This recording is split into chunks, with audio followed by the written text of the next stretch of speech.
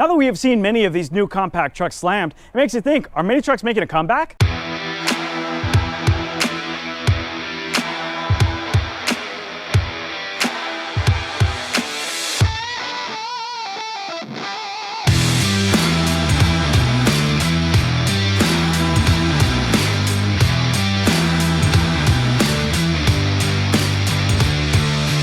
Well, hello everyone, Kevin here, and thanks for watching this video in our Bottom Line series where we focus on everything about custom lowered trucks. And if you've seen my work before, my photos or videos, you would know that I specialize in high-end trucks. And if you aren't familiar with me, I can tell you that I've been working professionally in the automotive biz for about 2 decades now, and I definitely know my way around trucks. Though I gravitate towards high dollar builds because they get the most attention, I know that not everybody can afford to have a show-winning ride, and that's perfectly fine. The budgets for these trucks range anywhere from $50,000 to $250,000, so that's no chump change, but I think we all can appreciate the full potential of these trucks. Obviously, not everybody has a bank account to support the desire of having a neck-breaking ride. And I think it's completely fine being an enthusiast with aspirations of one day having a clean ride. I do social media work for a major truck parts retailer, and I can tell you there's many stories that I hear about people that have trucks for decades and don't end up fixing them up until they retire. And it ends up being a very meaningful event in their lives. I know it's hard to stay on the sidelines without having any fun, and I believe there are some solutions in order to ride low in a truck without breaking the bank. Now, if you're new to customizing trucks, I would suggest starting slow. In fact, I would start off real slow to catch a taste of the low life to make sure that it's the path for you. Now, you can save money by building something older, but I do think that's something more for a novice enthusiast. I'm not saying that it can't be done by a beginner, but it definitely is a lot more difficult. And I've seen so many trucks that never get finished because the owner got in over their head. So I think it's just better off to ease into it. With that being said, I think the best way to get into things is with cheap trucks under $30,000. Most beginners are on a budget and can only afford to have one vehicle in their stable. So having a reliable vehicle like a new truck, I think is the best option. It could also pull double duty as a pleasure cruiser and a daily at the same time. However, there are some caveats with newer trucks, as full-size versions are not only huge, but they can be pricey as well. Take, for example, some of the top-of-the-line Ford F-Series trucks, as they are absolutely massive and can cost you upwards of $100,000. And take it from experience, driving one of these trucks around town is a feat in itself. Not only do lanes become very narrow quickly, but maneuvering around in parking lots is a big struggle. Like most things in this country, trucks are getting larger and larger. I think manufacturers are just building them bigger so they can promote the value of them against their competitors. And though they keep inflating the size of these trucks, I don't think everybody wants to drive a vehicle that feels like they're steering a ship. And there is one thing, or a couple things I can't appreciate, and it's basically that these trucks are easier to drive on a daily basis, and there's also more options for 4-door cabs for people that have families. For those who want to start small, I think there's some great options for budget lowered trucks in 2022. And though it may seem that the predecessors, the trucks in the past, were cheaper than the ones these days, if you take inflation into account, they're about the same price. And also, base model trucks are leaps and bounds better than the predecessors. Things like power steering, AC, automatic transmissions, power door locks and windows are all pretty much standard these days, and they weren't back then. Like I said, I think there's some good cheap vehicles that can make great new project trucks. So let's start talking about some of these vehicles. But I want to start off with a vehicle that I thought was going to be within the realm of what I'm talking about, the $30,000 range. But it really isn't, because it actually starts at $38,000. And that would be the Honda Ridgeline. Now, there are some things that I like about this vehicle. I like its smaller size, it's more maneuverable, it's got 4 doors and things like that. I don't think it's been really accepted well in the scene for, I think, one kind of reason actually, is the front end looks a little, flimsy like a car. It doesn't look beefy like a truck should. So I think it hasn't been recepted well, and I think people have just pretty much put it off as a dud. Moving on, the Toyota Tacoma does fit our criteria for budget lower trucks. Though the base price starts at $28,000, it starts increasing really quickly when you start adding in some of the higher packages. So if you're on a budget, you're going to want to keep it light in that area.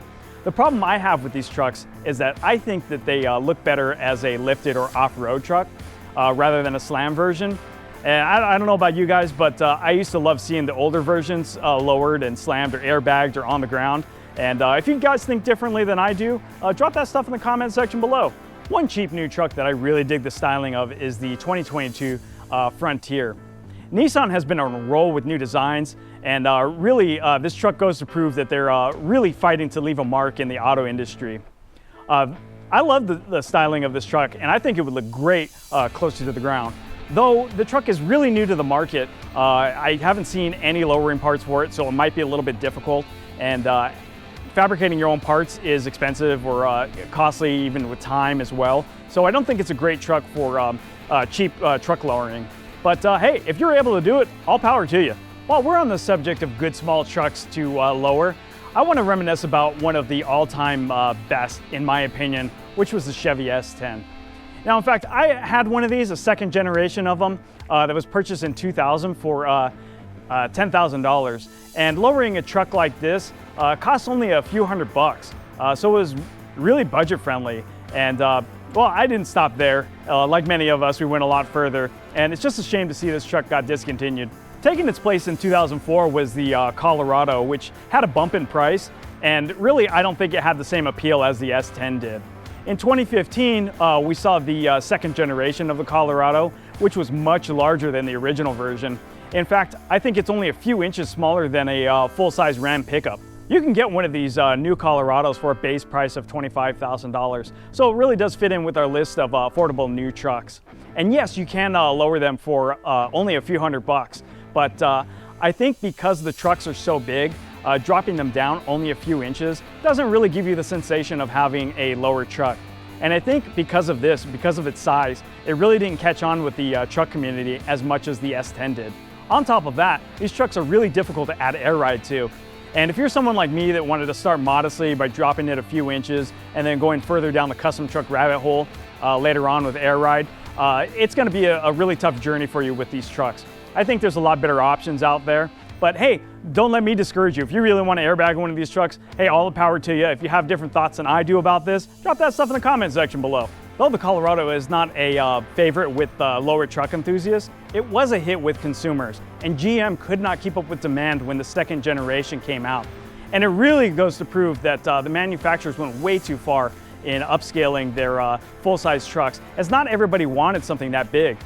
Some of them actually wanted a truck of this size. Because of the surprising popularity of the 2015 Colorado, the Blue Oval Boys decided to fire back since they had nothing to offer with the discontinuation of the Ranger in 2012.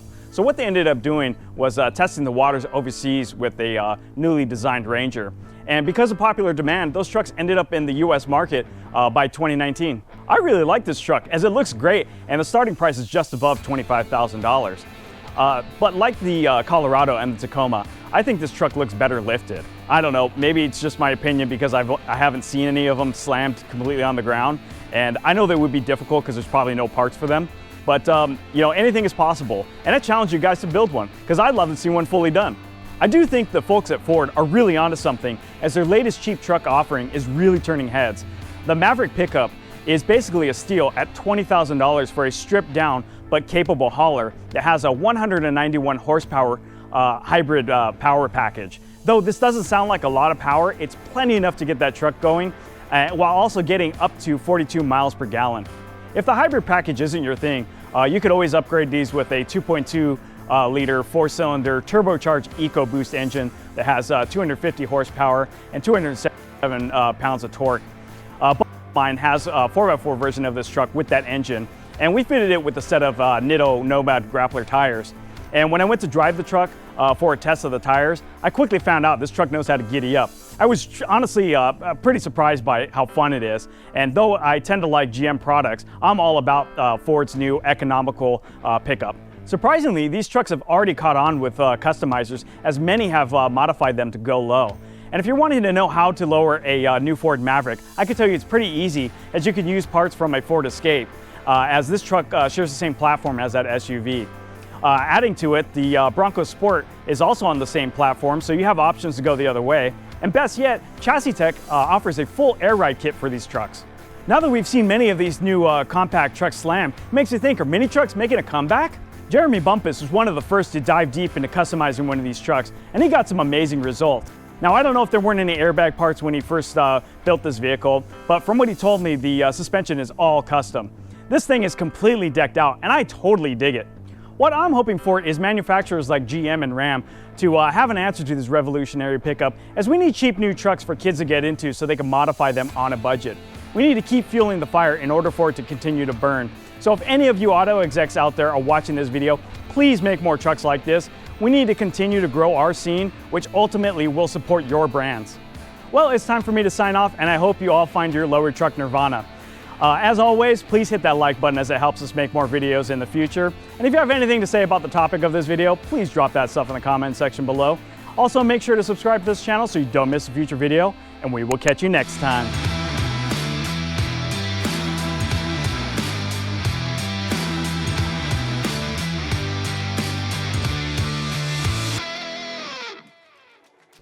Thanks for watching Driving Line. If you guys like this video, consider subscribing to our channel so you'll never miss any of the content we create here. Whether you're into trucks, Jeeps, imports, domestic vehicles, or anything in between, we are here to fuel your passion.